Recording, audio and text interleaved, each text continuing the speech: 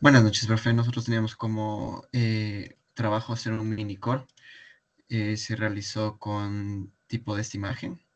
Entonces aquí tenemos el manage.py, que es la inicialización de nuestro proyecto. Hicimos en Django un virtual environment con algunas librerías, un git ignore para eliminar ciertos archivos que no se necesitan usar. En el database.py lo único que hicimos es importar el archivo .env con estas variables por el momento para unirnos para conectar al MySQL, y ejecutando esto ya nuestro proyecto de Django creado aquí se podría conectar a la base de datos MySQL. Entonces, este sería como que la aplicación inicial. Aquí en estos URLs lo que necesitamos es poner los, las demás aplicaciones que vamos a hacer, por así decirlo. Mi aplicación en este caso se llama website. Es solo el nombre, entonces tenemos que incluir aquí el website.url, y en los settings.py tenemos que configurar a la base de datos que queremos unirnos. Esto usamos también igual el .env y el import OS para poder leer las variables de entornos que tengan este archivo, que serían en este caso ya el nombre de la base de datos, el usuario, la contraseña, el host y el puerto. Entonces, tomar en cuenta eso de que debemos llenar ese archivo con estos datos. Ya. De ahí, en esta aplicación website, lo que ya hicimos es, primero, generar los modelos, perdón, la URL. En esta URL lo que vamos a hacer es el path al home. Con este código le llamamos a una función. Esta función va a estar en nuestras vistas, y en esta vista va a tener los siguientes datos. En las vistas lo que se va a hacer es hacer las funciones, y en estas funciones lo que tenemos que tener es los cálculos del SQL. Aquí vamos a explicar un poco, por ejemplo, el inicio de la fecha, el final de la fecha, para hacer el cálculo de los reportes por fecha del que queramos.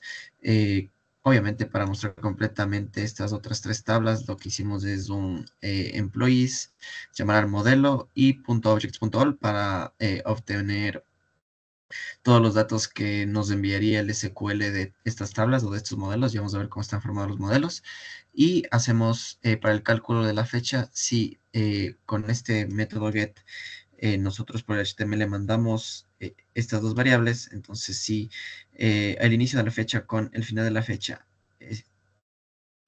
o sea, es verdadero o se encuentra, vamos a hacer que el departamento, o sea, esta variable que es lo que gastan los departamentos, vamos a filtrar por medio de spent, y en este, porque es la parte del rango, vamos a generar una lista con las variables del inicio de la fecha y el final de la fecha, y que los valores se guarden en esta variable.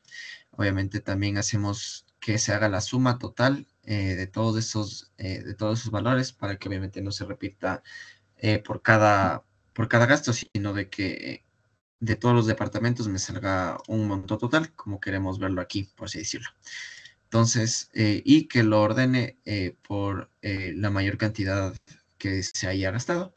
Aquí en el return usamos render para renderizar primero los requests, el home panel HTML, que vamos a ver las vistas, y los demás modelos.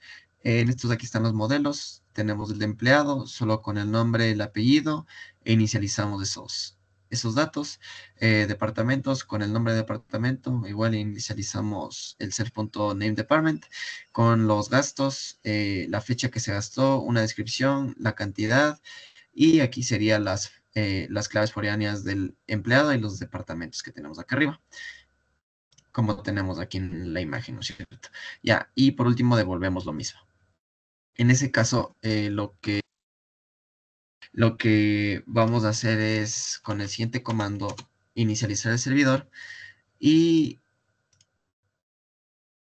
y por último, perdón, los templates. Primero hacemos las migraciones de todos esos datos de los modelos, y en el home panel lo que hice fue las diferentes tablas. Aquí está la tabla de gastos, para que se me muestre de la tabla de gastos, la tabla de empleados, la tabla de departamentos. De esta manera se le va llamando y se va mapeando los datos del backend, por así decirlo, al frontend. Y por último, aquí ya sería la selección de rango de fechas, un filtro por rango de fechas, y la tabla que se genera por ese tipo de fechas, con las diferentes variables que ya teníamos vistas en la parte de estas vistas en el Employee Department y Sprint. Entonces, si le damos aquí control a localhost, todavía no he podido deployar.